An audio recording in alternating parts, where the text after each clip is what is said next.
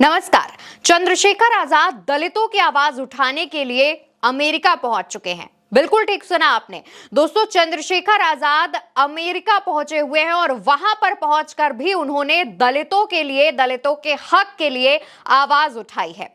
पूरा मामला क्या है विस्तार से आपको बताएंगे, इसलिए वीडियो को आखिर तक जरूर देखिएगा। दोस्तों, चंद्रशेखर आजाद ने एक पोस्ट किया। पोस्ट के माध्यम से उन्होंने सारी स्थिति साफ कर दी। उनके पोस्ट में लिखा गया, अमेरिका के डैलस में आयोजित एक विशेष संवाद कार्यक्रम में शामिल होने का अवसर पाकर गौरवान्वित महसूस कर रहा हूं।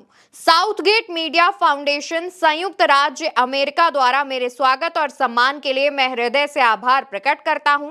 उनके स्टूडियो में सामाजिक न्याय, बहुजन अधिकारों तथा भारत के संविधान के मूल्यों पर विस्तार से चर्चा हुई। यह कार्यक्रम इस बात का प्रमाण है कि क्रांति सूर्य महात्मा राष्ट्रपिता ज्योतिबा फुले जी, भारत रत्न, संविधान निर्माता, परम पूज्य बाबा साहेब डॉक्टर भीमराव अंबेडकर जी, मान्यवर साहब काशीराम जी और हमारे क्रांतिकारी पूर्वजों के विचार अब राष्ट्र की सीमाओं से निकलकर वैश्विक मंच पर सम्मान पा रहे हैं। हमारा संघर्ष केवल भारत तक सीमित नहीं, ये एक वैश्विक सामाजिक न्याय आंदोलन बन चुका है जो समता, न्याय और मानव गरिमा के लिए खड़ा है। इसके बाद नारा लगाते हैं जय भीम जय मंडल का और आगे लिखते हैं आवाज दो हम एक हैं।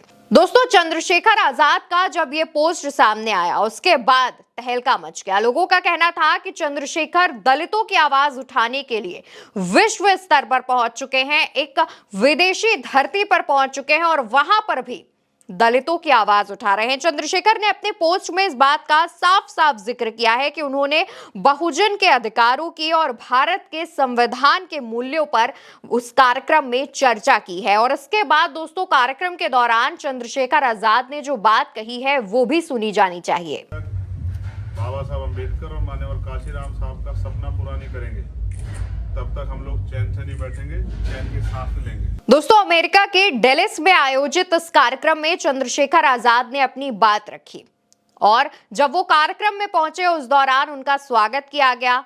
पूरा हॉल भीड़ से भरा हुआ था, लेकिन चंद्रशेखर आजाद ने कार्यक्रम में एक ओर रखी ज्योतिबा फुले और बाबा साहेब की तस्वीर पर फूल चढ़ाकर उन्हें श्रद्धांजलि भी अर्पित की। और ये वीडियो जब सामने आया उसके बाद लोग ये बात कर रहे हैं कि भले ही चंद्रशेखर विदेश की धरती पर पहुंच चुके हों, लेकिन बाबा साहेब भीमराव अंबेडकर और महात्मा फुले को श्रद्धांजलि देना नहीं भूले, उनका सम्मान करना नहीं भूले और उनके आदर्शों पर चलते हुए चंद्रशेखर आजाद ने दलितों के हक में आवाज उठाई और दलितों के हक की आवाज को भारत से बाहर भी निकाला, अमेरिका तक पहुंचाया और एक विश्व का स्तर देने की जो कोशिश चंद्रशेखर आजाद कर रहे हैं वो उसकी चर्चा हर तरफ की जा रही है। दोस्तों, नगीना से चंद्रशेखर आजाद सांसद हैं।